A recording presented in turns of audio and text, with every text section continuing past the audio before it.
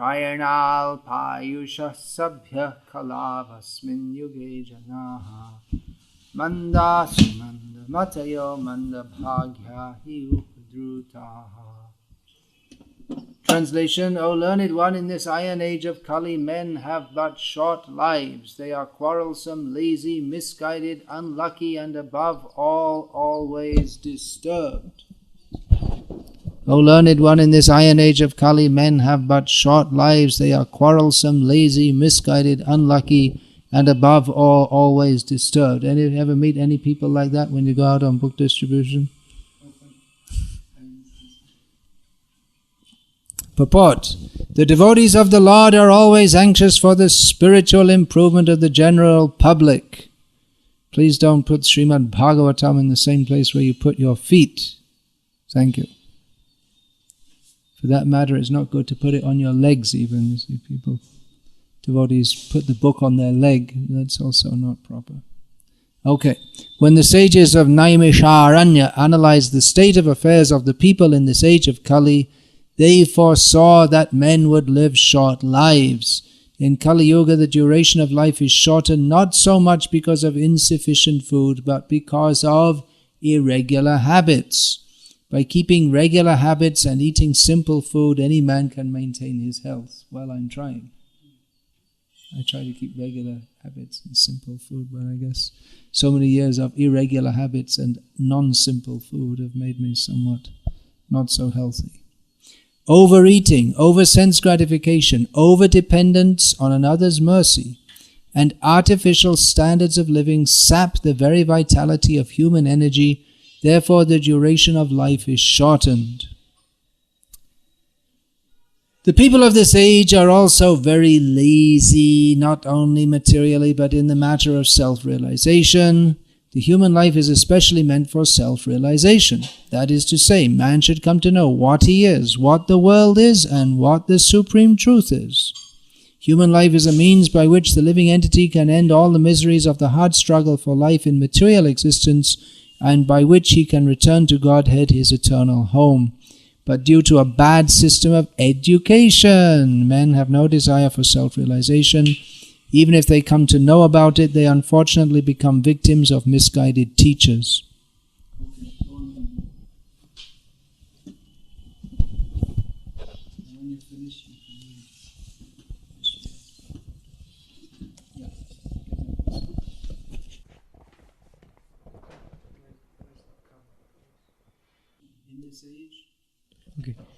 In this age, men are victims not only of different political creeds and parties, but also of many different types of sense gratificatory diversions, such as cinemas, sports, gambling, clubs, mundane libraries, bad associations, smoking, drinking, cheating, pilfering, bickerings, and so on. Their minds are always disturbed and full of anxieties due to so many different engagements.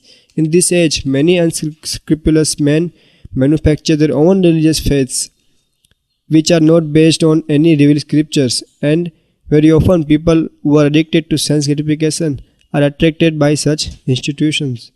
Consequently, in the name of religion, so many sinful acts are being carried on that the people in general have neither peace of mind nor health of body. The student, brahmachari, communities are no longer being maintained, and householders do not observe the rules and regulations of the grahastha ashram. Consequently,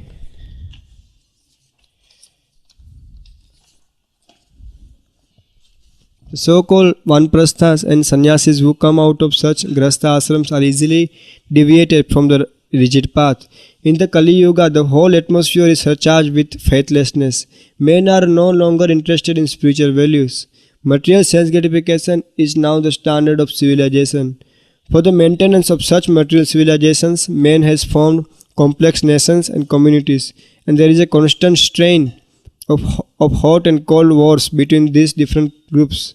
It has become very difficult, therefore, to raise the spiritual standard due to the present distorted values of human society. The sages of Naimisharanya are anxious to disentangle all fallen souls, and here they are seeking the remedy from Srila Sukta Goswami.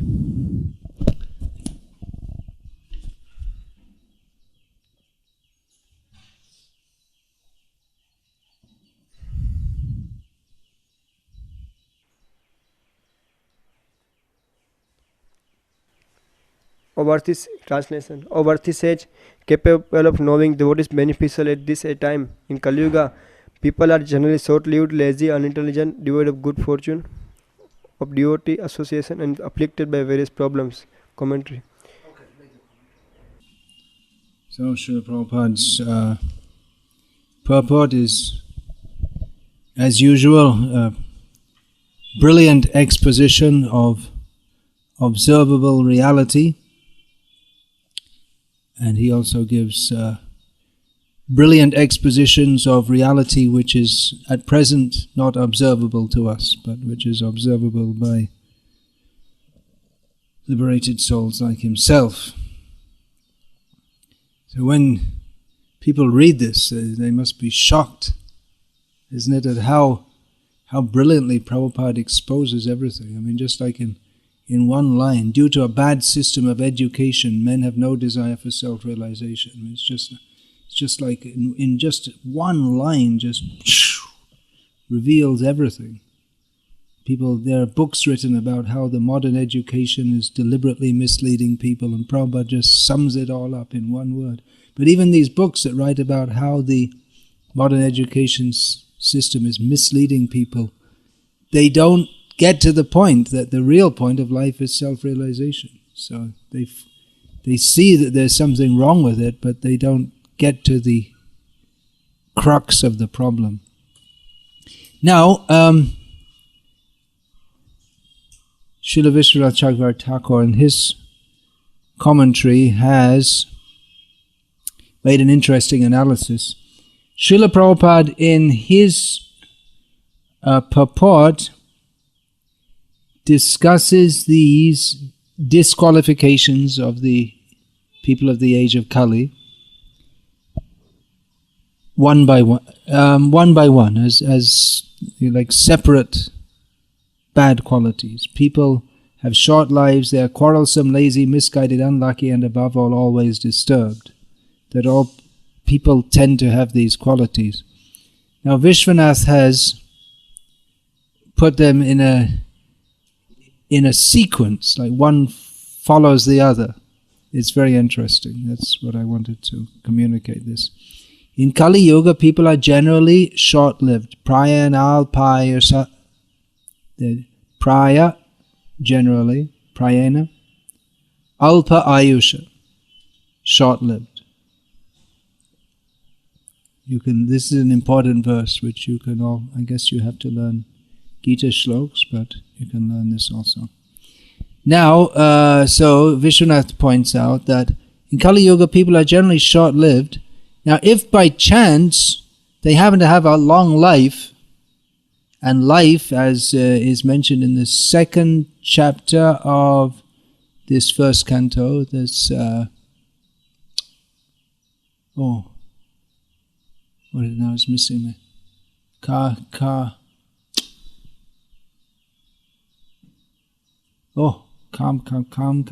Anyway, life is not meant for sense gratification. Kamasya nendriya pritir labho jiveta yavata. One should live not for sense gratification, but for self-realization. But even if people do have a sufficiently long life, they're too lazy to investigate spiritual topics. And even if someone is not lazy, then he's unintelligent. We find that even people who do take interest in spiritual topics, that they're stupid. And therefore, well, that's the next thing. Even if someone is intelligent, he is unfortunate, for he is devoid of association with devotees to teach the highest actions. Yeah, mostly people are unintelligent. Otherwise, how could they go to some Amma or Bappa or Baba, these three terms which I often use, and everyone can immediately understand who we're talking about. I often talk about these different kinds of cheetahs, the Ammas and Babbas and Bappas. Well, in North India they know Bappa. Here they don't know him so much, that rascal. There's one very good thing about him. He's got the name Ram in his name. This Asharam, so-called Bappa. Glad I didn't have him as my Bappa. Bapa means father, right? So, so people are unintelligent. Even if they're not lazy, they take some interest in spiritual life. They're unintelligent, and they go to completely stupid people who totally cheat them. But even if they are somewhat intelligent, they're unfortunate. If they're interested in maybe something more authentic, like the Shastric or Vedantic, we'll find that often people who in India, people who become interested in spiritual life, they look for something Vedantic, and they think Ramakrishna Mission is Vedanta or Aurobindo. They don't get good association. Of course, it's changing now because of the widespread distribution of Prabhupada's books. But at least in India, people, if they're actually interested in spiritual life, they used to read Vivekananda's books. And that's really unfortunate. And in the West also, they read kind of pseudo, well, it's impersonalistic kind of Hindu books or Buddhist books. This Hermann Hesse books were very popular in our generation. You heard of Hermann Hesse? Steppenwolf and the Glass Bead Game. I never heard of him. And there's Dostoevsky, some Western impersonalists. And then Buddhism is very popular in the West. They're Western Buddhists. So, people, anyway, they're unfortunate. They're looking for something, even if they're looking for something authentic, they don't get association of devotees. And even if they do get association of devotees, he is afflicted with sickness and other problems. So we see some devotees, they're so sick that they can't concentrate on spiritual life. It's very difficult. Like that Sarvabhauma was there in Salem, and one of my godbrothers in Calcutta, I used to give him a massage every day. He was very, very sick and couldn't do any service. He died eventually. So like that, often people are sick, or they're mentally afflicted also. We find that. Some people, they want to be devotees, but they're actually, they suffer from depression, or they can't deal with others properly, they mistreat others, they're mentally disturbed. I was listening to a lecture by Devamrit Swami. He said that so many people in the modern age, they're raised in a home where no one cares for them, or they're beaten so much at home, or they're sexually abused, and they want to be devotees, but they've got so much what we call mental baggage. It's very difficult for them to apply themselves, to trust anyone, or they have such habits of self-preservation that they just can't give themselves to others, which is required in devotional service. To surrender, you have to give yourself. Under the control of affliction from sickness and other problems, he does not get time to hear from the mouth of the devotee. Now that's a major problem in the modern age, isn't it? That people, they become devotees, but they don't have time for devotional service. It requires time. It requires time to chant 16 rounds, which is actually, that's a special allowance that Prabhupada gave, because we should chant actually 64 rounds. We don't have time, and we don't have the taste. So, or people don't have time. It means they're working so hard, such long hours, that the time to sit and hear and read and chant, and they don't get time, even if they want to. And even if they do get the time to hear from the mouth of the devotee, or even if he does hear, he still can't work it out. He still can't get it together. Even after much hearing, just like Prabhupada, he would quote the Bengali saying, after hearing all the Ramayan, they're asking, who is Sita the father of? Does that come in Hindi also, that saying?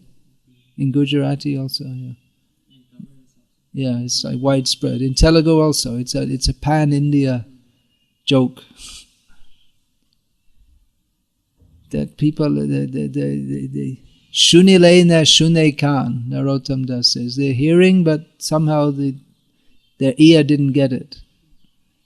So it's another symptom of being unintelligent, I guess. And you see, just like in Belgaum the other day, someone was asking me, he's actually well learned in the philosophy, a good devotee, but he was asking me a question that, well, there's a bodily concept of life, but then when you come to the spiritual, Dasya Ras, Sakya Ras, Vatsalya Ras, Shringa Ras, isn't that also a bodily concept of life? So it's just Mayavad. You're thinking that Krishna's body is mundane and relationships with him are mundane.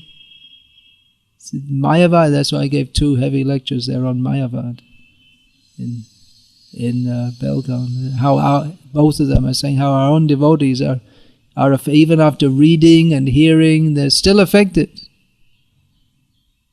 Some are so. Or even if he does hear, he cannot discern the highest goal for the human being and then carry out actions to attain it. They just can't get it together. Or, Vishwanath concludes, or the sequence of qualities can mean that all people have all the bad qualities, which is how Prabhupada explains it. So that's it. That's us and everyone else, but we're in a better situation, having got some sprinkling of dust from the lotus feet of Srila Prabhupada in the form of his mercy. So, as Prabhupada begins this purport, the devotees of the Lord are always anxious for the spiritual improvement of the general public, so get out there and distribute these books! And that's all I'll say today. Hare Krishna. And take enough rest. You're looking, I saw in Mangalati, you'd like to get up early, but then if you're not rested properly, it's difficult to interact with people and can be dangerous for driving also. You see you're getting up early, but you're often looking very tired in the morning. So we don't want to sleep too much, but not too little also. What's that verse in Bhagavad Gita? You were just doing chapter 6. Well, there's one which specifically addresses this. It's the verse before that, I believe. Natyashnatas-tu yogosti nachaikantam anashnataha Svapna jati shilasya jagrato naiva charjuna. One who eats too much or eats too little, sleeps too much or sleeps too little, cannot be a yogi.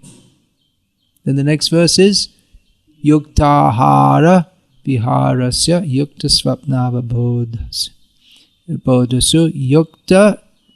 What's the next line? Yukta swapnava bodhasya yukta. Anyway, yuktahara viharasya yukta chestasya karmasya yukta swapnava bodhasya yogo bhavati dukkha. Left out the second line. That in yoga one has to be regulated in eating, sleeping and activities. Then we can overcome misery by yoga. Okay, so Kali Yuga is very bad. Oh, one other point I was discussing with Gurudas Prabhu this morning. Another shocking factor of Kali Yuga that sometimes happens is that, well, I had this experience actually many times in Bangladesh and in my early days of traveling Sankirtan in England and Ireland. It sometimes, twice in England and Ireland, we were on traveling Sankirtan and a devotee ran off with a week's collection. He's a devotee, but ran off with a collection. One of them we never saw again. The other one used to come back again and again and steal the money again and again, and like that. But he was actually a devotee, but he had just from time to time he'd become weak and then think about going and drinking or something and take the money. I saw him maybe about 10 years ago. Still a devotee of sorts. I don't know, maybe he's dead now. He was quite old even at that time. Anyway, we should be more careful. And because I was told that you're leaving money lying around thinking, who will steal it? We're all devotees. But we don't know how tricky Maya can be. So it's better not to make a temptation. It's better to put the money in the bank quickly and don't...